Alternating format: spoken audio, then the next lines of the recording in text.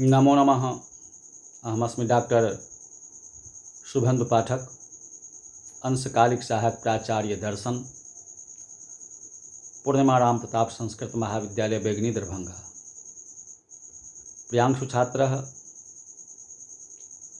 इससे पूर्व की कक्षा में हमने शास्त्री प्रथम वर्ष को वेदांत दर्शनांतर्गत आत्मा की जिज्ञासा, असंभव संदेह की असंभावना के संबंध में कहे हुए थे। तारीख 1/10 को आज फिर उसी के संदर्भ में शास्त्री प्रथम वर्ष के छात्रों के लिए वेदांत दर्शनांतर्गत आत्मा की जिज्ञासा, असंभव संदेह की असंभावना के संबंध में उसी का विशेष रूप में कहने का प्रयास कर रहे हैं, उसी का भाग 2 के संबंध में कहने का प्रयास कर रहे हैं। तो प्रियांशु छात्र, जैसे कि इससे पूर्व की कक्षा में हमने आप लोगों को कहे हुए थे, जो अतः ब्रह्म की जिज्ञासा करनी चाहिए, यहाँ तक कहे हुए थे। उसे आगे कहते हैं जो आत्मा की जिज्ञासा नहीं करनी चाहिए। यह पूर्व पक्ष बहुत दूर तक जा रहा है। इसके 2 खंड हैं। एक में तो संदेह की असंभावना दिखाकर अपने प्रतिपाद्य का निरूपण करते हैं, दूसरे में प्रयोजन की असंभावना दिखाएंगे। संदेह ही असंभावना दिखाने में पूर्व पक्षी भी विरोधी दल से भिड़ा हुआ है। पूर्व पक्षी शरीर और आत्मा को स्पष्ट रूप से पृथक मानकर संदेह का अवसर ही नहीं रहने देता, जबकि इसके विरोधी दोनों में अभेद के प्रदर्शन में लगे हैं कि स्पष्टीकरण के लिए आत्मा की जिज्ञासा होनी ही चाहिए, नहीं तो जड़ और चेतन की पारस्परिक संसृष्टि से संदेह बना ही रहेगा। अब पूर्व पक्षी अपने पक्ष की पुष्टि में आत्मा और शरीर का भेद और अधिक स्पष्ट करता है, जिसमें कहते हैं पूर्व पक्षी, अतएव चक्षुरादि नाम प्यहमावलंबन त्वमशक्य शंकम नान्य दृष्टम अस्मृत्यन्यः। न्याय की कुसुमंजलि में इस प्रकार का है,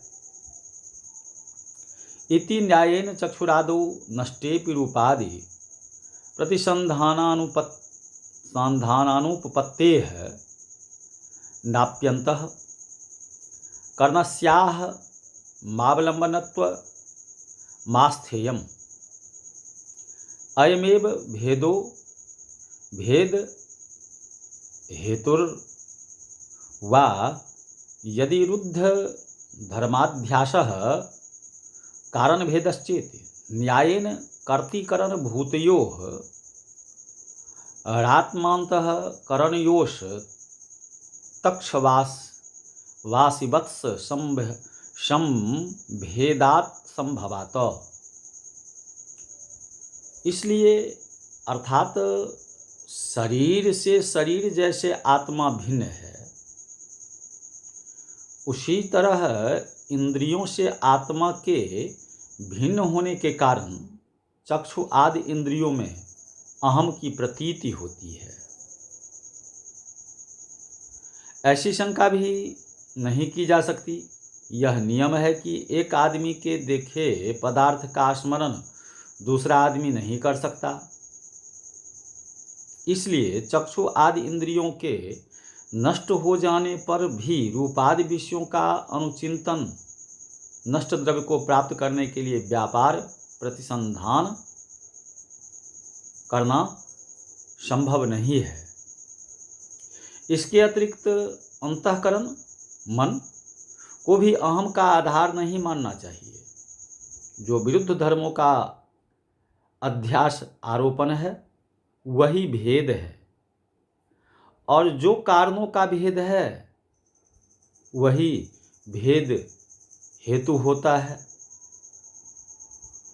इस नियम से कर्ता और करण के रूप में जो क्रमशः आत्मा और अंतःकरण है उन दोनों में तादात्म्य संभेद होना उसी प्रकार संभव है जिस प्रकार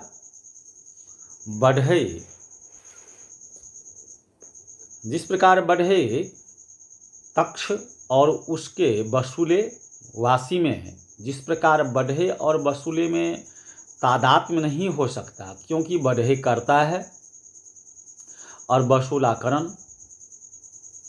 कर्ता और करण में तादात्म्य नहीं होता। उसी प्रकार आत्मा और मन में भी तादात्म्य नहीं होगा, क्योंकि दोनों में भेद है।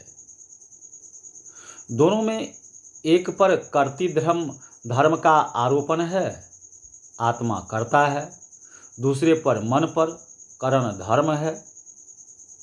धर्म का आरोपण है। विरुद्ध धर्मों का आरोपण होने से दोनों में भेद है। जब भेद ही स्पष्ट है तब जिज्ञासा क्यों करेंगे? यद्य भेद एव नाद्रियते तर्हि स्थूलोहम कृष्णोहम इत्यादि संख्यान मुत्सन्न संकथं स्यात् न स्यात्। एवं लोके शास्त्रे चोभ यथा शब्द प्रयोग दर्शने मुख्यार्थत्वानुपपत्तौ मंचाः क्रोशन्ति इत्यादि वदौपचारिकत्वे नोपपत्तेः। अब पूर्व पक्षियों की उक्त अभेद स्थापना पर शंका होती है।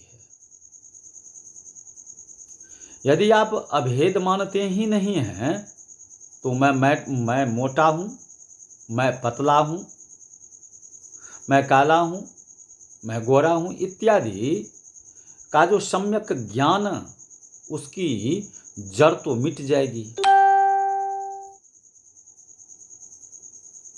कोई नहीं कहेगा कि ये अनुभव हमें नहीं होते।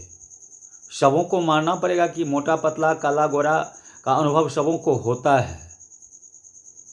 यदि आत्मा और शरीर में भेद ही है, अभेद कभी नहीं, तो ये वाक्य आते कैसे? ये वाक्य कैसे आते हैं? उत्तर में कहेंगे कि ऐसी बात नहीं। इस प्रकार लौकिक या शास्त्रीय वाक्यों में कहीं भी जब शब्द प्रयोग हो और मुख्य अर्थ संगत नहीं हो पा रहा हो तो मंच चिल्लाते हैं इत्यादि वाक्यों की तरह लाक्षणिक मानकर तो उन वाक्यों की सिद्धि हो सकती है। कारण यह है कि शब्दों का प्रयोग दोनों प्रकार से, मुख्य वृत्ति और गौण वृत्ति से भी होते देखा जाता है। जिस प्रकार मंच चिल्लाते हैं, इस वाक्य में अचेतन मंचों पर चेतन के धर्म चिल्लाने का आरोप करते हैं, तब मुख्य वृत्ति से अर्थ नहीं लगता और निदान लक्षणावृत्ति गौण वृत्ति की सहायता लेनी पड़ती है।